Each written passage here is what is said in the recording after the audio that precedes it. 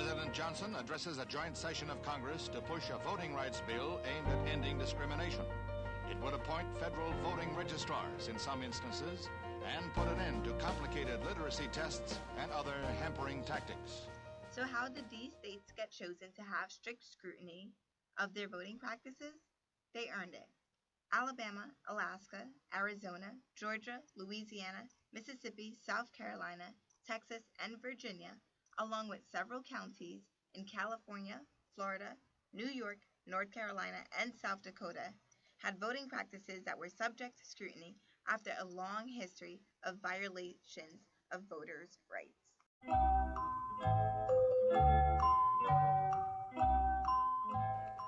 U.S. democracy, entrance examination.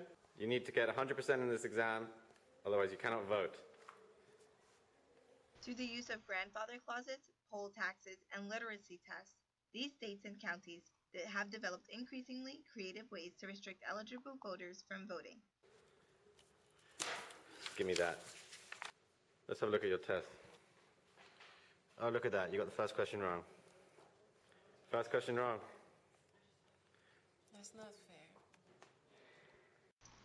The VRA has kept these violations at bay. It's considered one of the most important pieces of civil rights legislation ever passed. But by 5-4, the U.S. Supreme Court today took the teeth out of a law enacted nearly 50 years ago. Right now, in 2015, 50 years after Selma, there are laws across this country designed to make it harder for people to vote. Meanwhile, the Voting Rights Act, the culmination of so much blood, so much sweat and tears, the product of so much sacrifice in the face of wanton violence, the Voting Rights Act stands weakened. In 2015, the creativity has yet to stop. New ways to keep certain populations from voting have continued to evolve. Through laws limiting voter registration mobilization efforts, laws restricting students from voting, reducing access to absentee ballots, making long lines worse by allocating fewer resources, and creating more barriers to restore one's right to vote, states and counties have maintained voter restrictions. So we see here from my home address, it would take me 46 minutes to drive to Jackson, and that is without traffic. Then we have public transportation, which would take an hour and a half, and that's the wait at the DMV and back.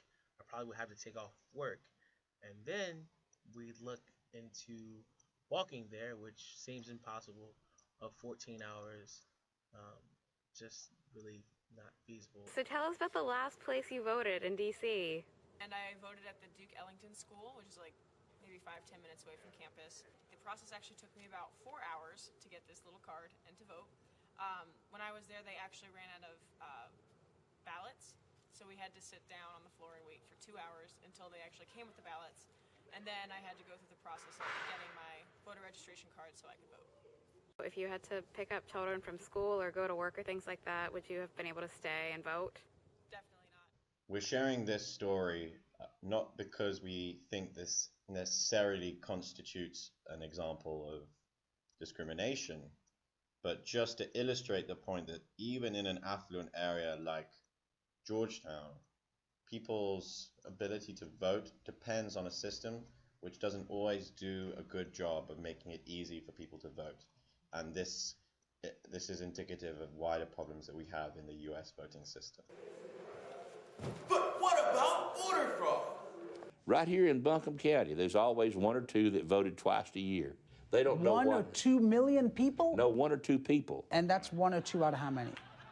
That's just 1 or 2 out of 60,000. So statistically, there is enough voter fraud to sway 0 elections. Now is the time to focus on a solution before more voters are turned away from the polls.